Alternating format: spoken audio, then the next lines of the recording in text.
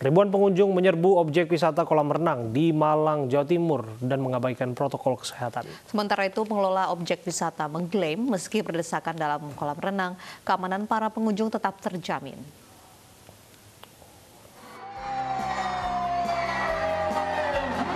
Setelah ditutup selama 3 bulan, objek wisata air Hawaii Waterpark di Malang, Jawa Timur kembali dibuka. Ribuan pengunjung pun menyerbu objek wisata ini. Pengunjung memadati arena kolam renang yang tersedia. Sebagian dari pengunjung tidak mematuhi protokol kesehatan dengan tidak menjaga jarak fisik.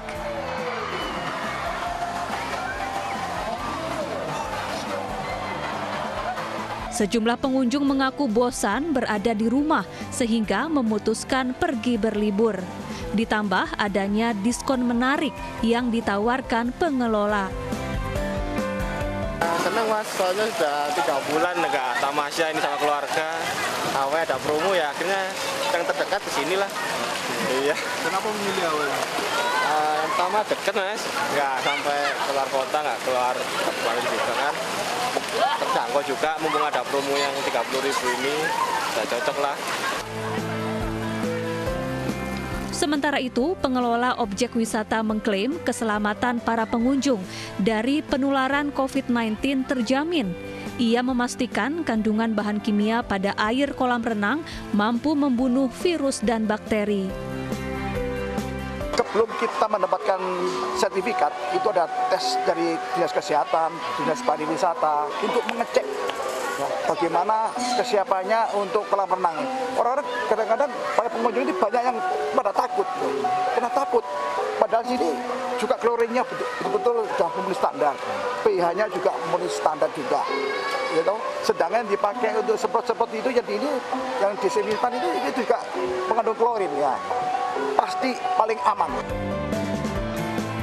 Selain kolam renang, wahana permainan lainnya seperti uji ketangkasan dan aneka permainan digital juga diserbu pengunjung. Dari Malang, Jawa Timur, Denny Irwansyah, iNews melaporkan. Selain kontak dan sebaran droplet, Organisasi Kesehatan Dunia WHO mengkonfirmasi penularan virus COVID-19 melalui udara. Masyarakat pun diminta untuk lebih berhati-hati dan menerapkan protokol kesehatan dengan ketat.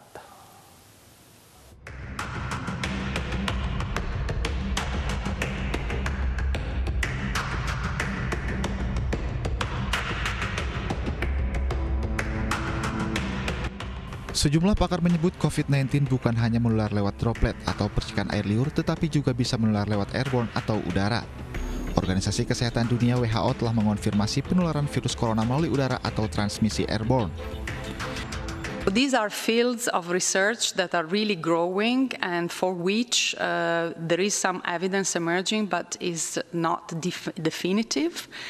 And therefore, the possibility of airborne transmission in public settings, especially in very specific conditions, crowded, closed, poorly ventilated settings that have been described cannot be ruled out.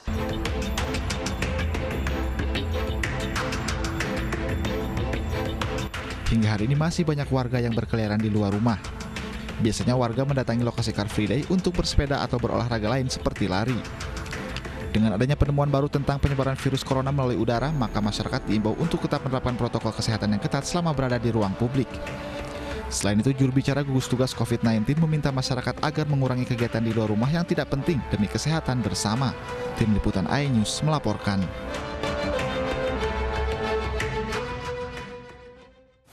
Dan untuk membahas lebih lanjut terkait penularan virus corona melalui udara dan cara mencegahnya, sudah bergabung bersama kami Amin Subandrio, tim pakar penanganan COVID-19. Assalamualaikum, selamat sore Prof. Amin. Selamat sore Prof. Amin. Ya, ada gangguan komunikasi kami nampaknya dengan Prof. Amin Subandrio yang akan menjelaskan kepada kita seperti apa sesungguhnya potensi penularan melalui udara yang dikhawatirkan saat ini oleh masyarakat, potensi penularan corona. Dan kita akan hadirkan informasi ini terlebih dahulu sebelum kita berbincang kembali, yaitu 11 santri Pondok Pesantren Gontor 2 Ponorogo positif COVID-19.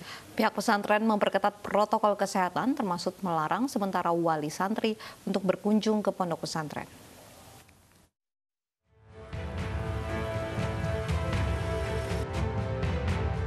Sebelas santri Pondok Pesantren Modern Darussalam Gontor 2 Ponorogo Jawa Timur positif COVID-19. Sebagai langkah pencegahan, Pemprov Jawa Timur menyalurkan 1.500 alat rapid test dan logistik kesehatan untuk para santri dan pengasuh pondok pesantren.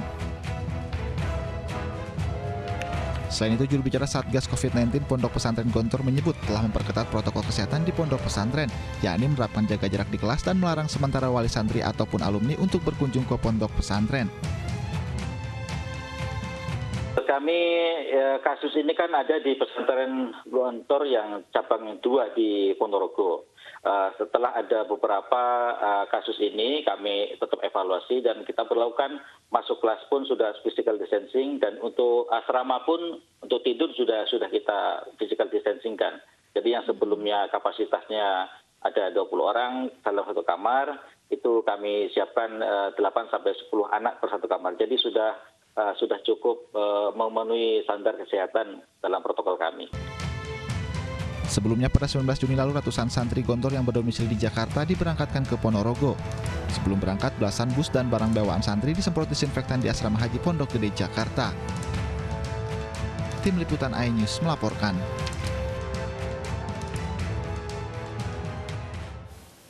Ya, kita akan kembali berbincang bersama dengan Prof. Amin Subandrio yang sudah bergabung bersama kami, tim pakar penanganan COVID-19, mengenai potensi penularan virus corona melalui udara. Assalamualaikum, selamat sore, Prof. Amin. Selamat sore, Waalaikumsalam warahmatullahi wabarakatuh. Ya, Prof, agar tidak simpang siur, bisa dijelaskan, selama ini disebutkan penularan melalui percikan air liur. Saat ini ada yang menyebutkan melalui udara. Yang mana yang betul? Dua-duanya betul. Jadi sebetulnya sudah beberapa bulan yang lalu sudah ada penelitian yang menunjukkan bahwa partikel droplet yang dikeluarkan oleh seseorang itu memang pada umumnya akan jatuh hanya sekitar 2 meteran dari orang tersebut, ya, tidak berterbangan. Tetapi ada beberapa situasi dan kondisi yang bisa menyebabkan partikel droplet itu menjadi lebih kecil, dan karena ukurannya menjadi kecil dan menjadi lebih ringan, maka dia bisa tertiup aliran udara dan mencapai jarak yang lebih jauh. Okay. Dan juga bisa terjadi langsung menjadi partikel kecil yang kita sebut sebagai aerosol. Berapa lama dia bertahan di udara kira-kira, Prof? Beberapa kajian ada yang menyebutkan 3 jam, ada yang menyebutkan 16 jam.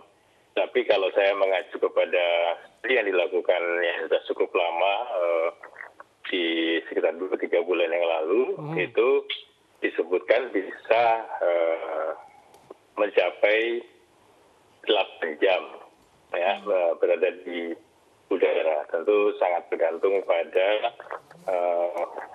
suhu udaranya, kelembaban udaranya, dan juga kemudian aliran udara yang ada di ruangan tersebut. Apakah ini artinya lebih bertahan lama di udara dalam ruangan tertutup, Prof? Iya, ini yang harus kita perhatikan. Kalau kita cermati, kita ambil contoh dua yang ekstrim, ya. Misalnya di rumah sakit. Rumah sakit itu setiap ruangannya didesain ada pertukaran udara. Jadi Kementerian Kesehatan sudah mengeluarkan standar sebetulnya untuk ruangan-ruangan di rumah sakit. Beda fasilitas, beda standarnya, tetapi intinya harus ada pertukaran udara. Nah, kalau di dalam satu ruangan kita menggunakan AC split istilahnya, di mana udara dalam ruangan itu demi efisiensi AC tersebut, maka udara dalam ruangan itu diputar terus-menerus masuk di AC, disembulkan kembali, kemudian disedot lagi oleh AC yang sama. Nah, kita bisa membayangkan apabila di dalam ruangan itu ada beberapa orang yang saling berbicara dan ada virusnya saja, maka dalam beberapa jam akan terjadi akumulasi. Konsentrasi virus dalam ruangan itu akan terus meningkat. Nah, dengan adanya konsentrasi yang tinggi dan juga paparan yang terus-menerus, itu akan menyebabkan risiko infeksi akan meningkat. Nah, di beberapa tempat umum seperti di restoran, ruang kerja, bahkan di transportasi umum, kemungkinan juga terjadi seperti itu. Jadi udara yang di dalam ruangan itu akan diputar-putar saja, dan apalagi kalau ada semburan AC di dalam ruangan itu yang begitu kuat, maka kita bisa memahami bahwa virus dari satu meja kalau di restoran ya itu bisa pindah ke orang-orang yang duduk di meja lainnya. Jadi bisa mencapai jarak yang cukup jauh. Sekali lagi, jika situasi dan kondisi yang memungkinkan si virus itu kemudian tertiup udara cukup jauh. Lalu apa yang harus dilakukan oleh mungkin masih banyak warga masyarakat yang harus bekerja di dalam ruangan ber-AC berjam-jam? Apakah dengan menggunakan masker kain ini cukup untuk melindungi diri? Ya, standar utama diri kita tetap harus pakai masker. Ya, masker ini tentu yang harus sesuai standar tadi yang cukup melindungi, bukan hanya masker-masker hiasan saja, tapi betul-betul masker yang bisa menahan virus itu untuk masuk ke dalam saluran pernafasan kita. Prosedur cuci tangan dan sebagainya itu tetap ya, karena virus yang jatuh di meja itu tetap dimungkinkan. Nah, pertanyaannya bagaimana dengan sirkulasi di udara di dalam ruangan tersebut?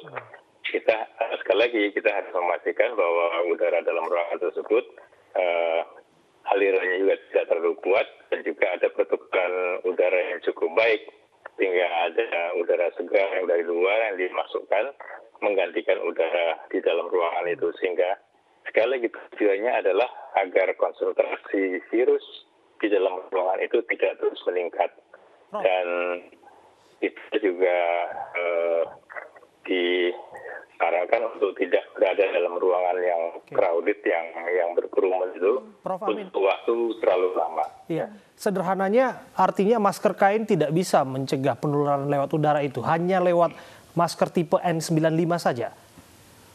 Tidak demikian. Jadi kalau di rumah sakit memang kita sarankan dengan N95 karena di rumah sakit ada beberapa prosedur medis yang menyebabkan terjadinya aerosol di mana partikel itu menjadi sangat kecil. Misalnya di prosedur dokter gigi, prosedur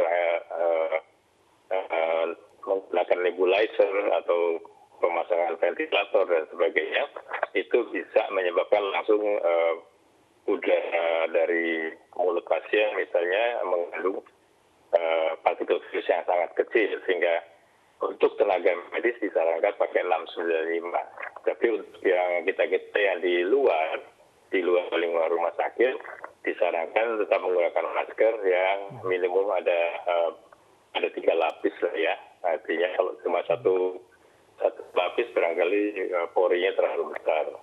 Tapi kalau 3 lapis itu bisa cukup. Tentunya virus maskernya juga harus rajin-rajin dicuci. Tidak dipakai terus-terusan ya. Ya. Kalau yang saat ini kan sedang digandrungi olahraga di luar ruangan, Prof. Namun ini dilakukan secara masif, artinya bergerombol dan bersama-sama dengan teman-teman dan sebagainya. Menurut Anda apakah katakan jika ada yang bersin ini juga penularan lewat udara ini juga bisa mengenai ataupun menularkan kepada orang sebelahnya? Ya, prinsip menjaga jarak itu tidak boleh ditinggalkan. Ya, karena virus itu bisa saja misalnya orang yang mengandung virus bersin tidak pakai masker dan ada orang di dekatnya, maka kita tidak perlu berdebat lagi bahwa virusnya akan terbang jauh atau tidak, karena dia bisa langsung jatuh di muka orang yang bersangkutan atau di tangannya orang bersangkutan. Ya, itu yang dianggap sebagai kontak langsung. Ya, nah pada saat orang berolahraga, sebagian besar akan bernapas lebih cepat, lebih keras, ya, sehingga tetap disarankan diupayakan pakai masker tentu kita harus perhatikan ya. Jadi kalau menggunakan masker ketika berolahraga pasti kita akan merasa lebih sesak ya, artinya tidak bebas untuk bernapas ya. Nah ini juga harus diperhatikan, kita harus menyeimbangkan aktivitas kita dengan terbatasnya pasokan udara yang masuk karena kita pakai masker. Tapi intinya adalah kita harus tetap melindungi diri kita dengan masker dan rajin cuci tangan dan juga jaga jarak. Jadi kalau olahraga, hindari olahraga yang kontak langsung dan juga tetap jaraknya cukup jauh. Ya. Oke. Baik, terima kasih atas penjelasan yang Anda sampaikan. Prof. Amin Subandrio sudah berbincang bersama kami. Kita ke informasi selanjutnya pemirsa. Pasca munculnya klaster baru COVID-19 di sekolah calon perwira, maksud kami, perwira Angkatan Darat di Bandung, Jawa Barat, ribuan siswa di sekolah tersebut dikarantina. Warga sekitar yang tinggal di dekat sekolah juga diwajibkan mengikuti swab test.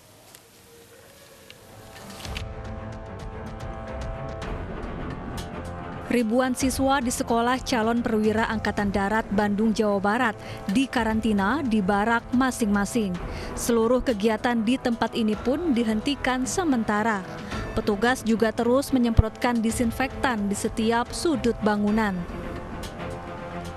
Kepala Staf TNI Angkatan Darat Jenderal TNI Andika Perkasa mengunjungi Secapa AD Sabtu kemarin. Kedatangannya untuk memantau kondisi para siswa dan memberi dukungan.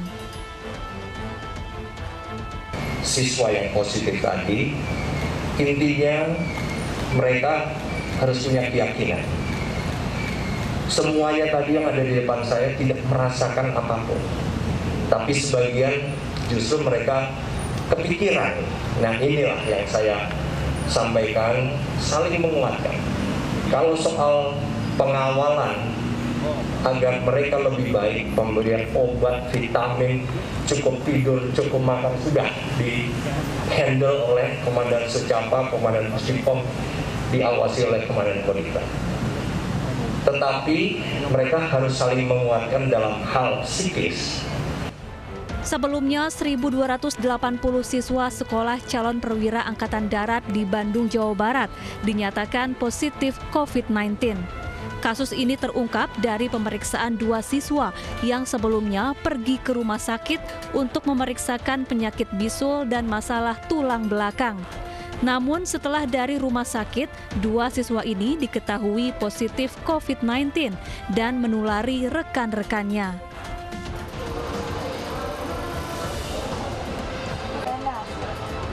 Sementara itu, pasca ditemukannya klaster baru COVID-19 di Secapa AD, hari ini ratusan warga di sekitar sekolah tersebut mengikuti swab test. Warga yang mengikuti tes berasal dari 10 kecamatan yang masih berstatus zona merah COVID-19.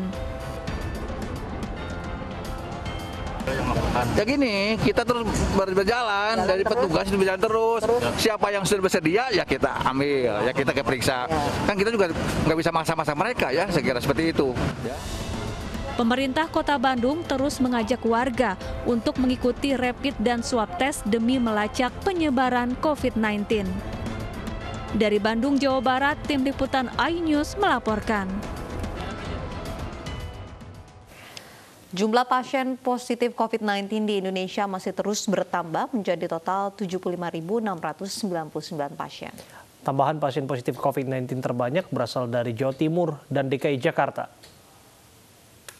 Kita melakukan pemeriksaan spesimen sebanyak 22.379 spesimen, sehingga total spesimen yang telah kita periksa adalah 1.061.367 spesimen. Dari jumlah ini kita mendapatkan penambahan kasus konfirmasi positif sebanyak 1.681 orang, sehingga saat ini totalnya adalah menjadi 75.699 orang. Mari kita perhatikan sebarannya. Dari kasus konfirmasi positif yang kita dapatkan hari ini, Jawa Timur melaporkan 518 kasus baru dan 207 sembuh. Kemudian DKI Jakarta melaporkan 404 kasus baru dan 160 sembuh. Sulawesi Selatan 173 kasus baru dan 107 sembuh. Kalimantan Selatan 77 kasus baru dan 107 sembuh. Jawa Tengah 70 kasus baru dan 30 sembuh. Papua 63 kasus baru dan 7 sembuh. Jawa Barat 50 kasus baru dan 10 sembuh. Pemirsa, mari kita dukung para pejuang kemanusiaan dengan peduli melawan penyebaran virus corona. Bantuan bisa disalurkan melalui rekening yang tertera di layar televisi Anda.